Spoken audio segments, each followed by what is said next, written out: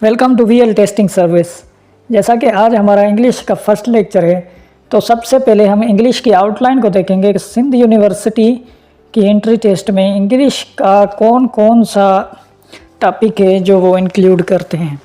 तो इंग्लिश के 30 MCQs आते हैं टोटल, जिसमें 5 सिनोनिम्स के MCQs आते हैं, 5 एंटोनिम्स के आते हैं, करेक्ट स्पेलिंग के 5 आते हैं, डायरेक्ट इनडायरेक्ट स्पीच के 5 सेंटेंस होते हैं, एक्टिव पैसिव के 4 to 5 होते हैं, प्रीपोजिशन के यूजेस के 5 MCQs होते हैं, और कभी कभी एरर डिटेक्शन में से 1 या 2 MCQs आ जाते हैं, मगर ये ऑप्शनल है। तो ये सारे टॉपिक हम अपने पेड कोर्स में कवर करेंगे, तो इसी तरह से आपके अच्छे नंबर्स आ जाएंगे इस सब को कवर करके। सबसे पहले टॉपिक है हमारा सिनोनिम्स।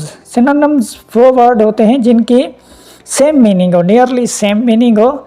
कोई भी ऐसा वर्ड है, फ्रेज़ है, उसकी मतलब एक जैसी मीनिंग हो, चाहे वो लिखने में अलग अलग होते हैं मगर उनकी मीनिंग सेम होती है।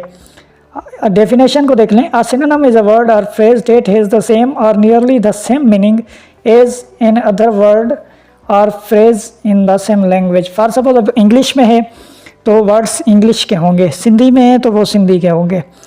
अभी एग्जांपल को देख लेते हैं। जैसे हैप्पी का होगा जॉयफुल, बिग का होगा लार्ज। अब दोनों की मीनिंग सेम है मगर वर्ड अलग अलग हैं। अच्छा, इसकी एक और कंडीशन है, synonyms aren't usually perfectly interchangeable in every context, they often differ slightly in tone, formality और कनेक्शन। अब इसका एग्जांपल देख लें।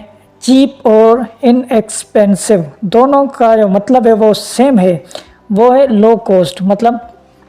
मतलब सेम हो गया, वर्ड अलग अलग हो गए, मगर ये जो है ना यूज़ का फ़र्क होता है। जो चीप है वो बिल्कुल बिल्कुल लो क्वालिटी की चीज़ होती है, हम उसके लिए यूज़ करते हैं।